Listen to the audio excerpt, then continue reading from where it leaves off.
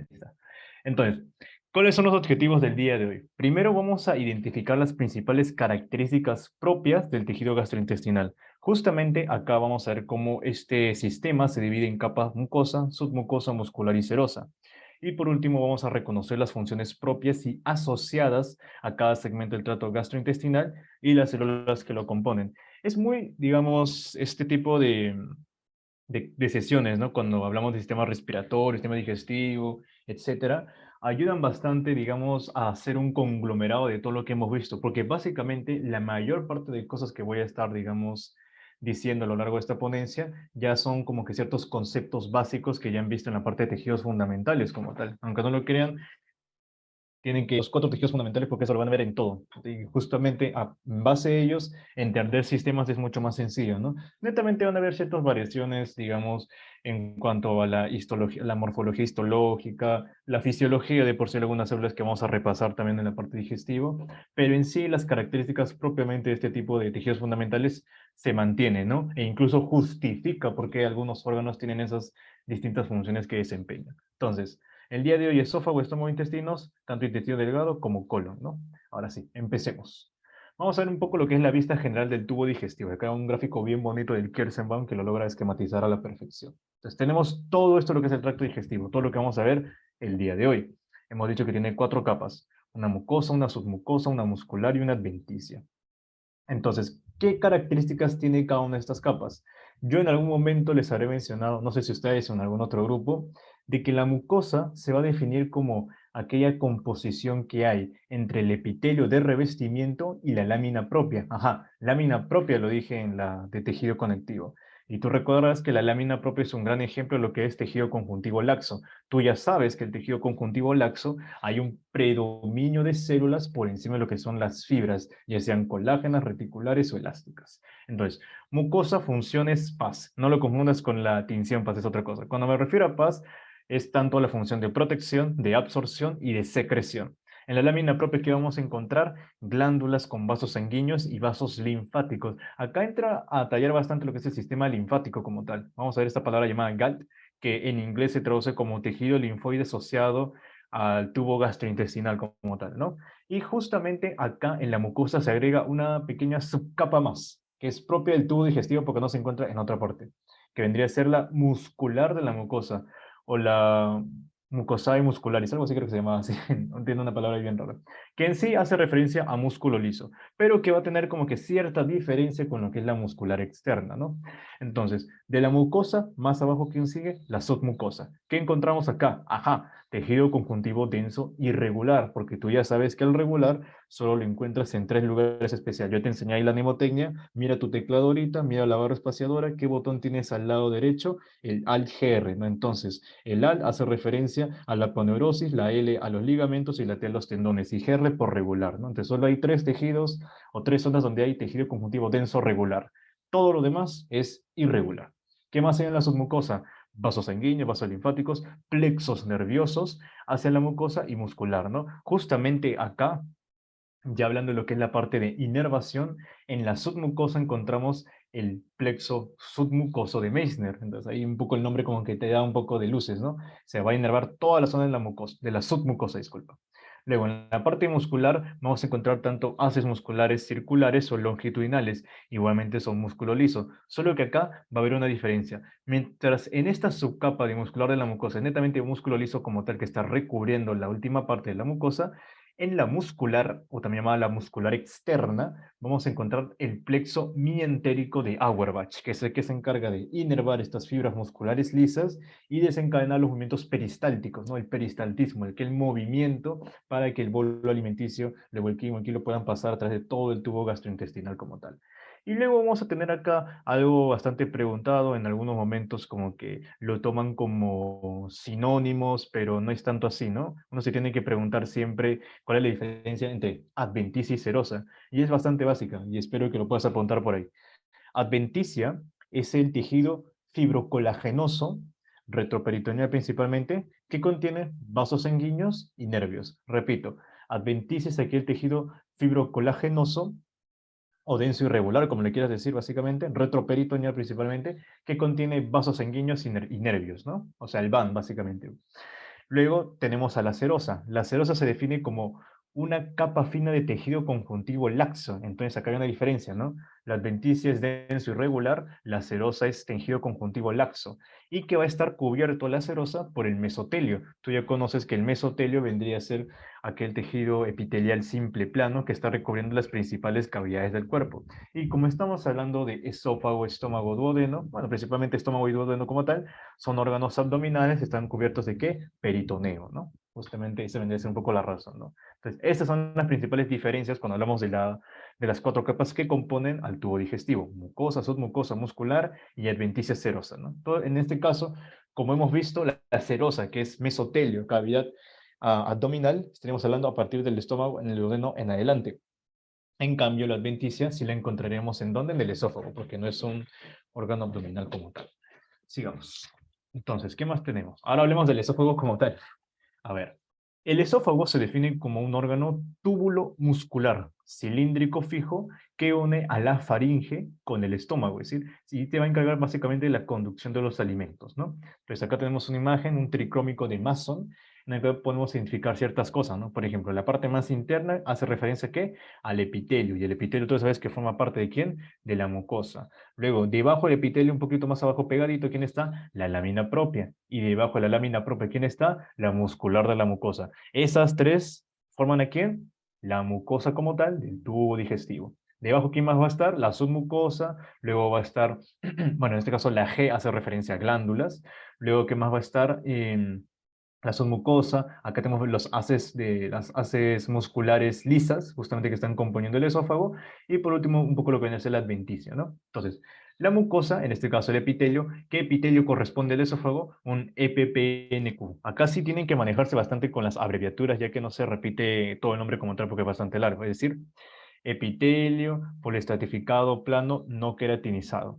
Por favor, esto sí, grábenselo bien, porque estamos hablando del tubo digestivo. Es muy distinto del epitelio respiratorio, que es justamente un epitelio pseudoestratificado cilíndrico ciliado con células caliciformes. Eso es una cosa distinta. Este es un epitelio poliplano, o mejor dicho, poliestratificado plano, no queratinizado, justamente, con presencia de gránulos de queratoielina. Ahora, ¿qué, digamos, homólogo, bueno, no homólogo como tal, pero a quién se le asemeja un poco lo que tenemos en nuestra piel, ¿no? Creo que eso ya lo viste en la clase de sistema tegumentario, o sea, todo lo que es la parte de piel, glándulas y anexos, que justamente nuestra piel es tejido epitelial plano, poliestratificado, queratinizado. En cambio, todo lo que es tubo digestivo, incluso cuando, si en algún día hago la ponencia completa, verás que en cavidad oral también hablamos de EPPNQ, porque no hay queratinización en la cavidad bucal. Estamos hablando de un tejido no queratinizado. En cambio, todo lo que está externo, lo que está fuera del tubo digestivo, o sea, en este caso nuestra piel, básicamente,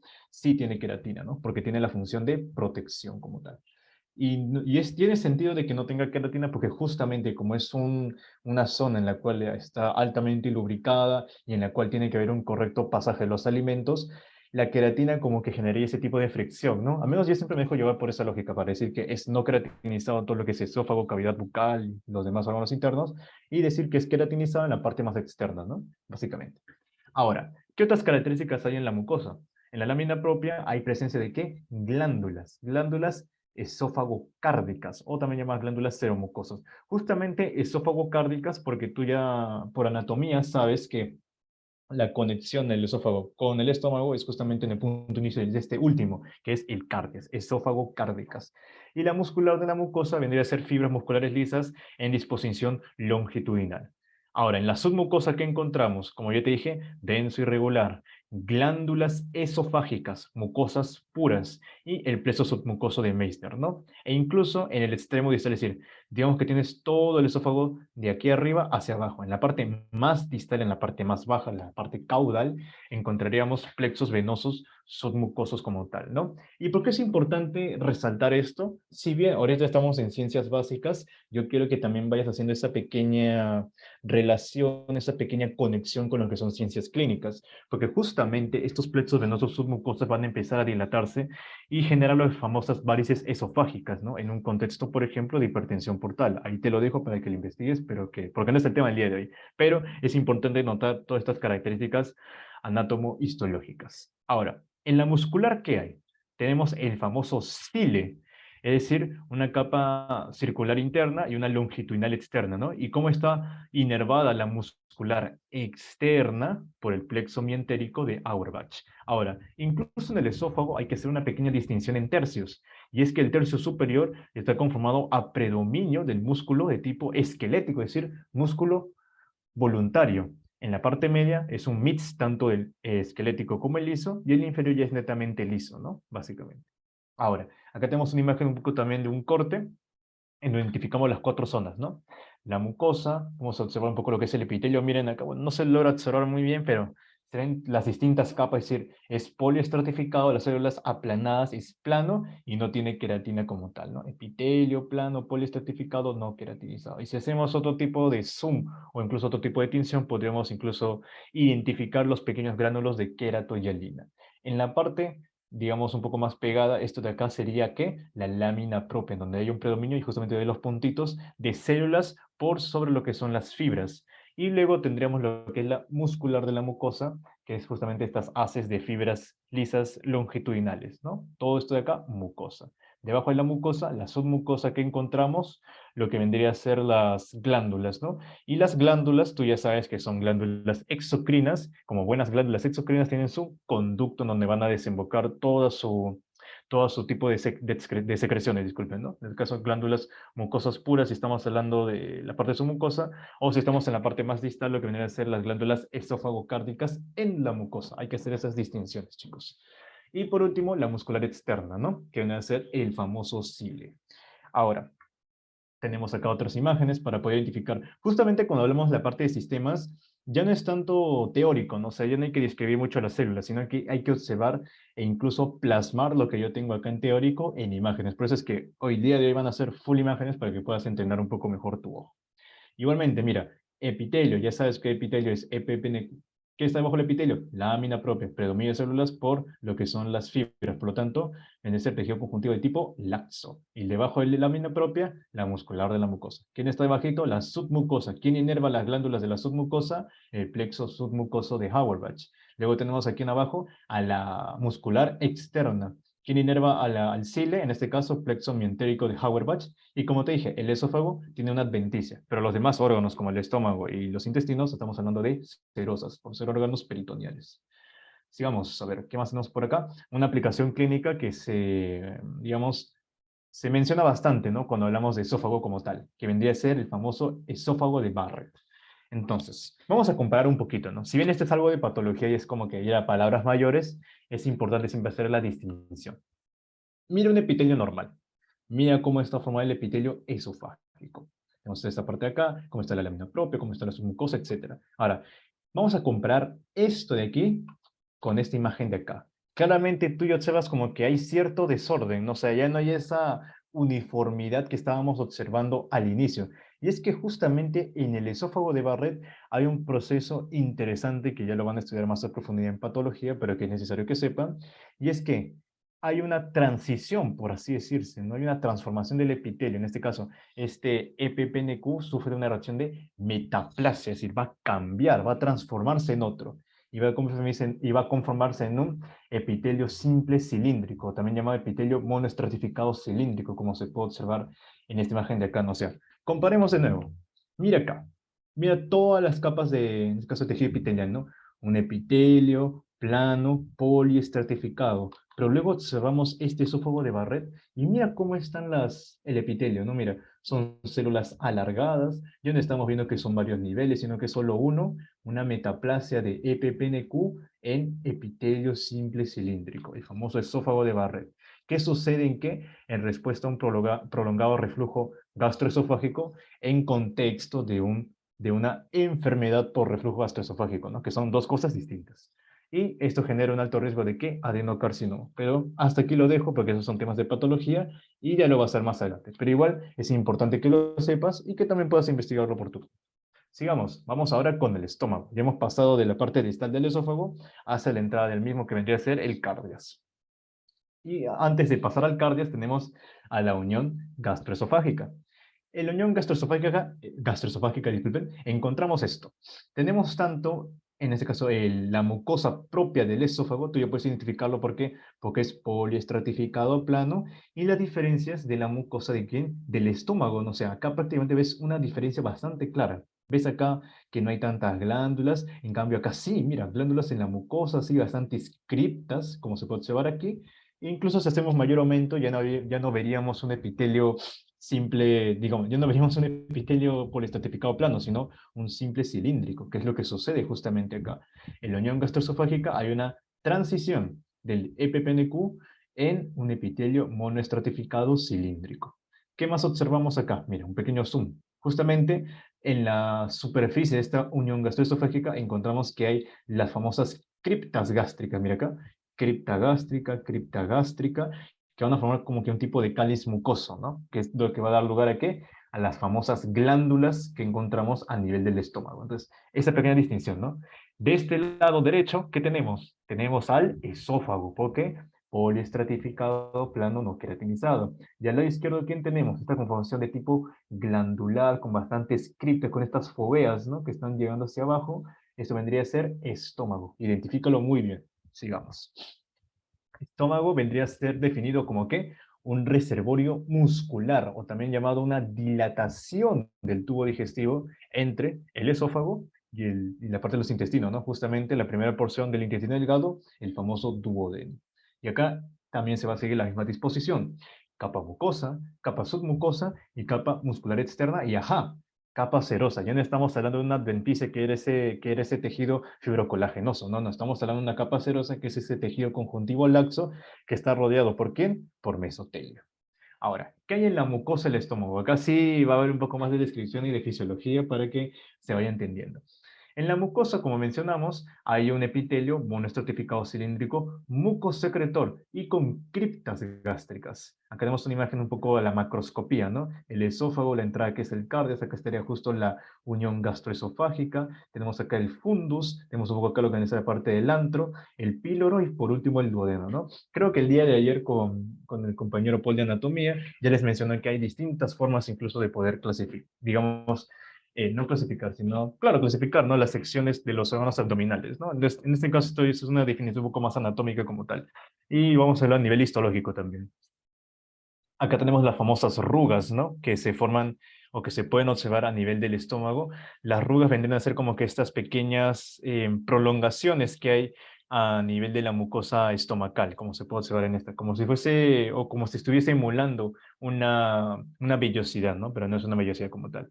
Incluso en las rugas, si observamos, tenemos tanto mucosa como submucosa, ¿no? O sea, tienes tanto uno del otro, uno como el otro de por sí. Eso es importante también notarlo, ¿no? En estas famosas arrugas gástricas. Y también la M, como se ven acá, como si fuese pequeños vellitos, ¿no? Las M vendría a ser, o se define como la región mamiliforme, que son elevaciones leves de la misma mucosa como tal, como si fuesen deditos de la mucosa. Ahora, en la mucosa, disculpe si estoy repitiendo mucho la palabra, en la mucosa gástrica vamos a encontrar distintas características en base a la porción que hemos mostrado, ¿no? Si es cardia, si es antro, si es fundus o si es el píloro, ¿no? Entonces, en las mucosas cardiales, ¿qué encontramos? Primero, glándulas tubulares, algo tortuosas y a veces ramificadas. O incluso pueden ser simples, como se observa acá, mira. Glándulas tubulares, un poco tortuosas en este lado, pueden ser ramificadas, mira acá una ramificación, o incluso pueden ser simples, ¿no? Como la primera que te estoy mostrando acá. Ahora, estas glándulas, como son glándulas exocrinas, van a vertir su contenido por medio de quién? Por un conducto, ¿no? Hacia el exterior, que viene a ser la luz estomacal, donde van a encontrarse con todos los alimentos y todo ello.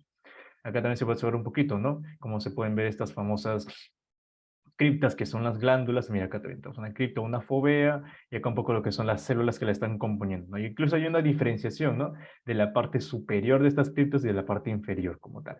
Ahora vamos a verlo un poquito a lo que es mayor aumento como tal, ¿no? Entonces acá tenemos un poco lo que es la imagen, ahí podemos identificar, ¿no? Un poco lo que son las glándulas de por sí. Mira, estas son las glándulas cardiales de por sí. Acá MM hace referencia a lo que es el músculo liso que le está rodeando, y se ve justamente el predominio de lo que son las células. Y es que justamente las glándulas se encuentran a nivel de la lámina propia. Ya sabes, lámina propia, tejido conjuntivo laxo, digamos. Otra imagen, tenemos acá. Ah, bueno, vamos con la mucosa gástrica. Ahora, en la mucosa gástrica, acá sí hay que hablar de los distintos tipos de células que la componen. Por ejemplo, y vamos a diferenciarlo en base a este esquema, ¿no? Tenemos acá una glándula, una ofovea gástrica. Al inicio, que viene a ser el cuellito, tenemos las glándulas, digo, las células mucosas del cuello, que son las que producen glucoproteínas ácidas o el mucus, ¿no? Que se encarga de proteger básicamente de la acidez y todo ello.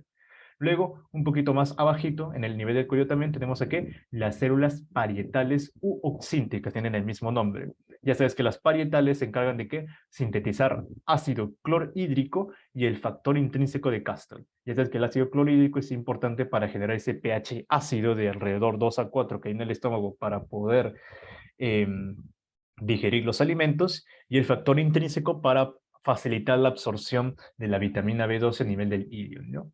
Y luego también tenemos a las glándulas principales, también llamadas simógenas, que producen ¿qué? El pexinógeno, la lipasa y la renina gástrica. El pexinógeno, bueno, ya lo verás en bioquímica, sabrás que las enzimas pueden estar tanto activadas como inactivas, ¿no? El pexinógeno es una versión inactiva, pero que en contacto con el ácido clorhídrico de la célula parietal se convierte en, ¿qué? En pexina, ¿no? Y esa pexina sirve para degradar proteínas.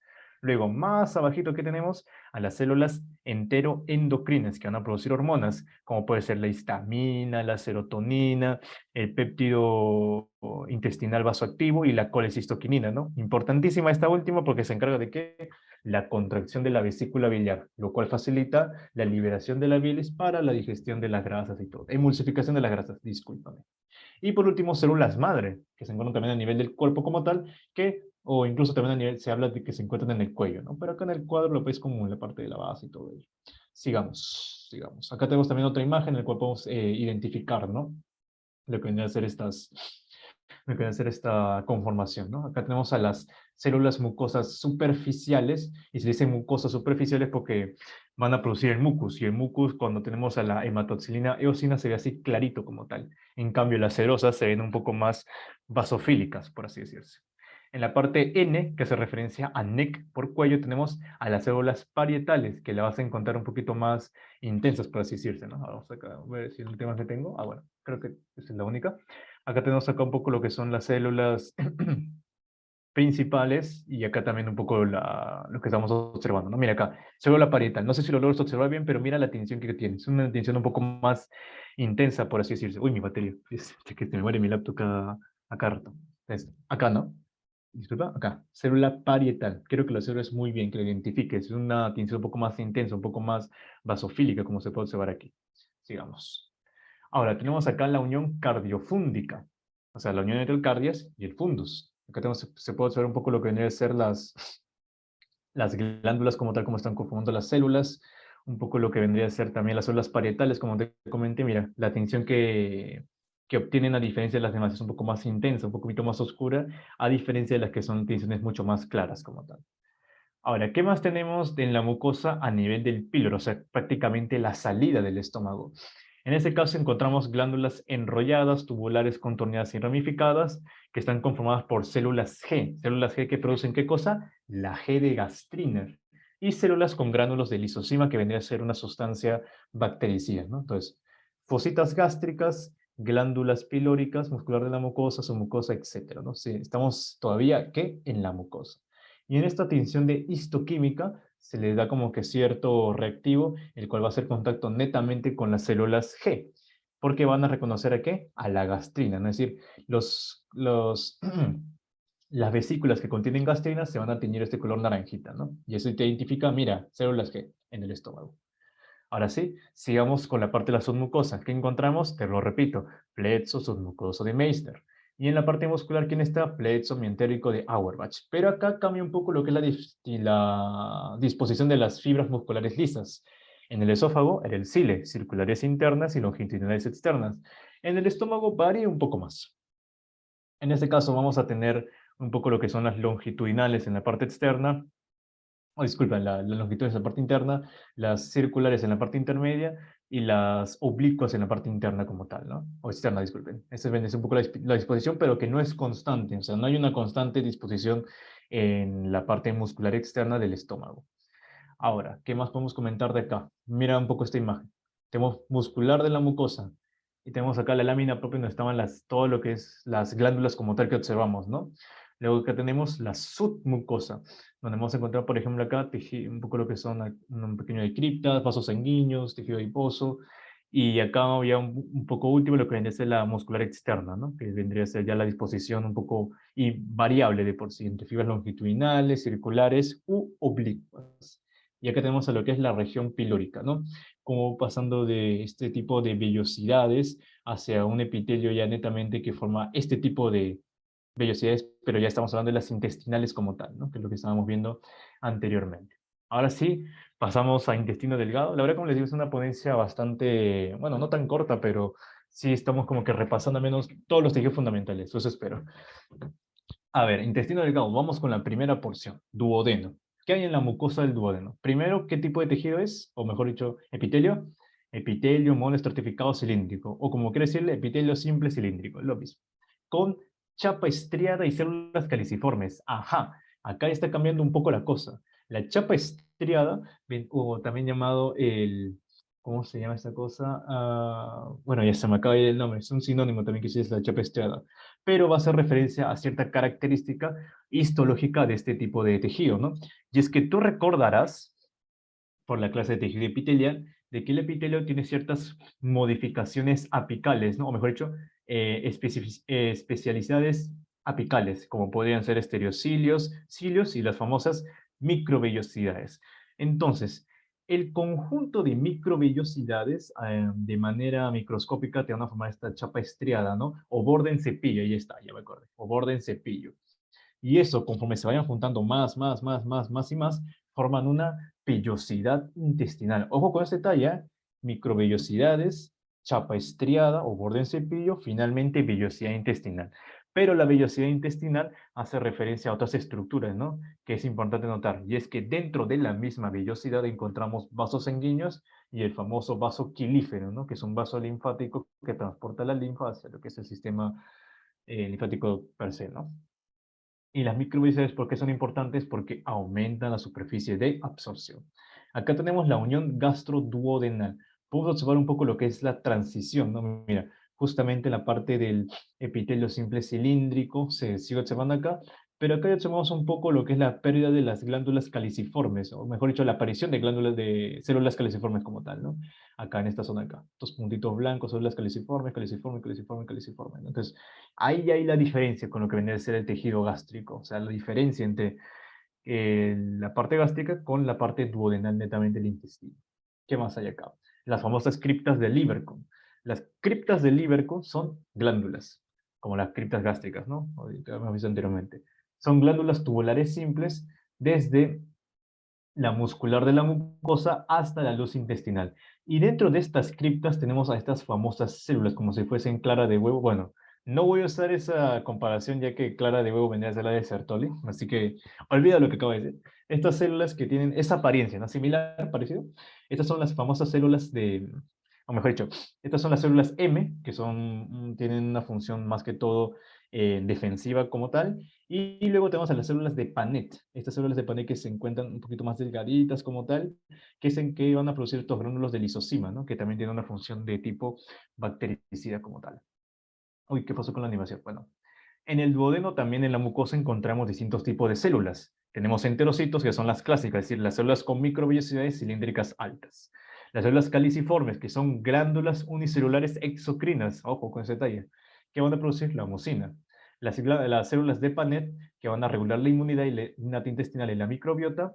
Las enteroendocrinas, que producen ciertas hormonas que regulan la secreción gastrointestinal y su motilidad. Y por último, las células M, que cubren las placas de Peyer, ¿no? Con micropliegue. Es decir, tanto PANET como M tienen función inmunológica, solo que M se encuentra principalmente en las placas de Peyer que vamos a comentar más adelante. Entonces, acá tenemos, ¿no? Mira esta imagen, muy bonita incluso. Tenemos acá más, en la parte más apical, el epitelio como tal, epitelio simple cilíndrico, más abajo la lámina propia, y justamente en la lámina propia encontraríamos esto, ¿no? Nódulos linfáticos, que me imagino lo habrás visto en la clase de sistema linfáticos, es que se tocó ese punto, ¿no? Entonces, a nivel del sistema linfático se forman estos pequeños nódulos, ¿no? Estos son conglomerados transitorios. Ojo, eso es un detalle muy importante porque no es que son nódulos fijos, ¿no? Que están ahí y van a permanecer todo el tiempo ahí, no. Son transitorios, se van a formar frente a ciertas reacciones como tal, ¿no? Infecciones, etcétera. Eso vienen a ser los nódulos linfáticos, que están compuestos principalmente de linfocitos B. Y también, en este caso, se les llama placas de Peyer, ¿no? Que no se encuentran mucho a nivel duodenal, sino que se encuentran de manera más distal. Es decir, tú vas a encontrar placas de Peyer en mayor cantidad y con mayor, digamos, prominencia a nivel del ilion. Ojo con ese detalle. Y acá también tenemos otra imagen, ¿no? Lo que es estos gránulos de lisosima que se encuentran en las células de panel y todo ello, ¿no? Y tenemos también células intermedias que pertenecen a un nicho de células madre en la mitad basal de las glándulas, ¿no? Como tal. Ahora, acá también tenemos un poco lo que vendría a ser la descripción, un poco de la morfología de una vellosidad intestinal, ¿no? Yo te dije, siempre va a pasar de microvellosidad de una célula epitelial, estas forman la chapa estriada o bordes del cepillo, y estas, un conjunto de miles de varias, van a formar lo que es la vellosidad que conocemos, ¿no? Eso es la disposición, y lo que conforma su interior, ¿no? Una arteria, una vena y el famoso vaso quilífero. ¿Qué más hay? Submucosa, ¿qué encontramos ahí? Glándulas de Brunner. Entonces, hagamos estas distinciones. Las glándulas o las criptas de Lieberkühn, que son glándulas, en la mucosa. Las glándulas de Brunner en la submucosa. Ojo con ello. Glándulas de Brunner son glándulas mucosas túbulo-acinarias o también tubulares ramificadas. ¿Cuál es su principal producto? La urogastrona, ¿no? Que se encarga de mantener un pH óptimo como tal a nivel duodenal, así un pH de tipo alcalino, porque recordemos que de tanta acidez que hay en el estómago, eso va a pasar al intestino. Y si no se logra regular ese pH, pues las células van a empezar a morir, ¿no? En un pH un poco más ácido y solo van a estar presentes en el duodeno. No es que hay glándulas de Brunner en todo el intestino, no, no, no. Solo a nivel duodenal. Luego tenemos a la capa muscular. Acá encontramos el cile de nuevo, ya que a diferencia del estómago, que eran capas mucho más variables, acá sí se corresponde con lo que es el esófago, ¿no? El cile, circular interna, longitudinal externa. ¿Quién inerva la muscular? Tú ya sabes. Plexo entérico de Auerbach. Y acá es importante su actuación porque va a generar el peristaltismo, el movimiento de lo que vendría a ser el quimo hacia lo que vendría a ser la parte de la de, la, de todo el tracto intestinal, ¿no? O sea, del intestino delgado hacia el intestino grueso. Digamos, ya hemos visto la primera parte, vamos con la segunda porción. El yeyuno. ¿Qué encontramos acá? Encontramos esto de aquí. Presencia de pliegues circulares, también llamadas las válvulas conniventes. Incluso también en ¿cómo se llama esta cosa? Ahí se me fue la palabra. Bueno, ya me acordaré. Bueno, estas válvulas conniventes van a estar compuestas de qué? Tanto mucosa, o sea, la mucosa que ya te dije, ya sabes, epitelio de revestimiento con lámina propia muscular de la mucosa y de la submucosa, ¿no? Justamente lo que estamos observando aquí. Es prácticamente similar a las arrugas, ¿no? Que hemos visto anteriormente en la sección del estómago, ¿no? En el yeyuno va a darse el principal momento, el principal lugar de absorción y vamos a encontrar vellosidades digitiformes, ¿no? Y que van a estar compuestas principalmente de ¿quién? De enterocitos. Y un vaso equilífero bien desarrollado y no hay glándulas de Brunner en la mucosa, ya sabes. Solo hay glándulas de Brunner en la mucosa duodenal. Pero, ¿qué es lo que sí hay? Criptas de Lieberkühn. Eso sí se mantiene a lo largo de todo el intestino delgado como tal. Entonces tenemos vellosidades intestinales, mira, células caliciformes, los puntitos en blanco que producen qué cosa, la mucina. Luego tenemos acá un poco epitelio, lámina propia, quien está abajo, muscular de la mucosa, quien está abajo submucosa, la muscular externa y por afuera la serosa, ¿no? Sigamos. Con la última porción distal que es el ilio. En el helio vamos a encontrar que su rasgo distintivo, como te comenté, son las placas de Peyer. Si bien lo puedes observar en menor cantidad, casi difícil, en duodeno y en yeyuno, en el helio vas a encontrarlo cada dos por tres, porque es mucho más prominente, hay mayor cantidad de placas de Peyer a nivel de la parte distal del intestino delgado, ¿no? Prácticamente de 10 a 200 nódulos linfoides. Tenemos que encontrar ausencia de glándulas de Brunner y vellosidades digitiformes más cortas que las del yeyuno, es decir, las vellosidades más largas, ¿dónde están? En el duodeno. En el yeyuno están un poco intermedias, en el ilion son las más pequeñas de todas. ¿Qué más tenemos por acá? Una pregunta para que te respondas a ti mismo. ¿Por medio de qué estructura intestinal pasan los alimentos indigeribles en el ilion hacia el ciego? Ahí te dejo la pregunta. Si la sabes, la respondes. Si no, ya lo voy a comentar al final. No te preocupes. Sigamos, entonces. O bueno, acá está un poco la respuesta, ¿no? La respuesta a esta pregunta es que los alimentos que no se logran digerir a nivel intestinal y van a pasar al colon es por medio de ¿quién? La unión ileocecal, también llamada la válvula ileocecal, que se encarga de esta regulación del pasaje, ¿no? Justamente la válvula ileocecal es, es una extensión y un engrosamiento de ¿qué? La muscular propia, ¿no? La muscular propia que hace referencia a la muscular externa, ¿no? Eso me olvidé mencionarte. Hay que diferenciar bastante bien esto, chicos. Una cosa es muscular de la mucosa, o muscularis mucosae, esa es la palabra, ¿no? Pero otra cosa es muscular externa o muscular propia. Esa es, digamos, la capa más gruesa, ¿no? La que está fuera de la mucosa como tal. Entonces, la unión o válvula ileocecal es una extensión y engrosamiento de la muscular propia o muscular externa. ¿Qué observamos acá? Intestino delgado, observamos acá el intestino grueso, también llamado colon, MP hace referencia a la capa muscular y L al tejido linfóide, ¿no? Porque como estamos en la parte más distal del intestino delgado, estamos hablando de ¿qué? El ilion. Y en el ilion que encontramos placas de Peyer, que son nódulos linfoides. 1, 2, 3, 4, 5, 6, 7 nódulos linfoides. Sigamos con intestino grueso. En el intestino grueso, vamos a dividirlo también por mucosa. ¿Qué tejido es? Igualito. Es un epitelio monoestratificado cilíndrico con células caliciformes y, ojo, ausencia de vellosidades. O sea, ya no tenemos mucho ya la parte absortiva a diferencia del delgado. Pero igualmente se mantiene muscular, su mucosa muscular externa o propia y la serosa. ¿Qué sigue? ¿Cuál es la principal función del intestino grueso? Absorción de agua, absorción de sodio, vitaminas y minerales. Acá encontramos abundantes criptas de Lieberkühn, tubulares rectas y más largas, y un predominio de células absortivas sobre caliciformes, prácticamente una proporción de 4:1. Es decir, ya no ves tanto los puntos blancos, ¿no?, que observamos anteriormente en la parte del intestino delgado, ¿no? Acá es un poco más ya la parte de células cilíndricas, enterocitos. En la lámina propia, ¿qué hay? Hay una meseta de colágeno, como se puede observar en esta zona por acá, mira, meseta de colágeno, una vaina fibroblástica periclíptica, el tejido linfoide asociado a tejido gastrointestinal y vasos linfáticos. En la muscular, ¿qué encontramos? Acá no hablamos mucho de su mucosa, el cile, ¿no? En la longitudinal externa, las famosas teñas del colon, que me imagino que ya lo habrán visto en la parte de anatomía, ¿no? A nivel del ciego y del colon como tal. Sigo la primera porción, me refiero, ¿no?, del colon, y que ingresan a la circular interna formando haustras, o también llamado lo que son las saculaciones. Sigamos. Acá también tenemos la imagen, ¿no?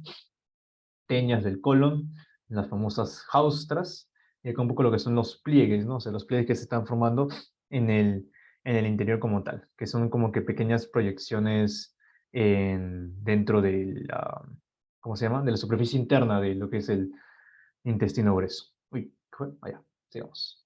Luego, en la parte del intestino grueso, ¿qué más tenemos? El apéndice vermiforme, o apéndice, ¿no? Solo para no ponerle mucho texto. Acá es súper sencillo. Esta es una estructura tubular, flexuosa inferior y medial al ciego. Acá presenta abundantes nódulos linfáticos en donde lámina, por decir, hay placas de Peyer acá. Nódulos linfáticos que se extienden hacia la submucosa, ya que las placas de Peyer del ilion sean netamente en lámina propia predominio. En cambio, acá en el apéndice son mucho más prominentes y se logran extender casi hasta la submucosa. Es un detalle importante, ¿no?, al momento de identificar el apéndice en sí. Y luego vamos a tener lo que es la porción final, que es el famoso recto. En el recto vamos a encontrar, ¿qué cosa? Pliegues rectales transversos, glándulas de Lieberkühn más largas, ¿en donde? En la mucosa, y plexos venosos prominentes, ¿no?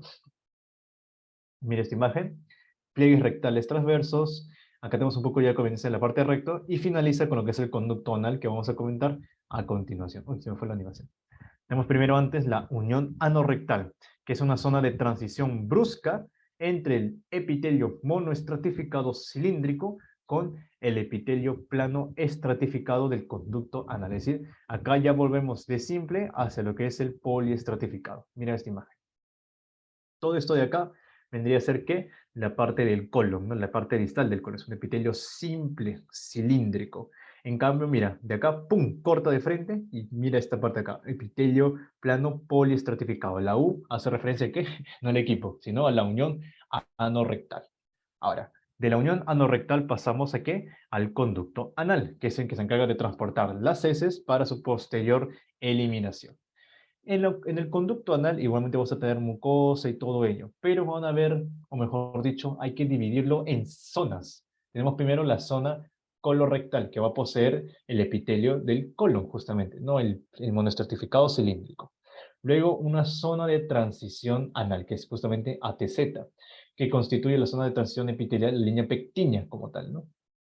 Y que va a poseer el epitelio poliestratificado cilíndrico.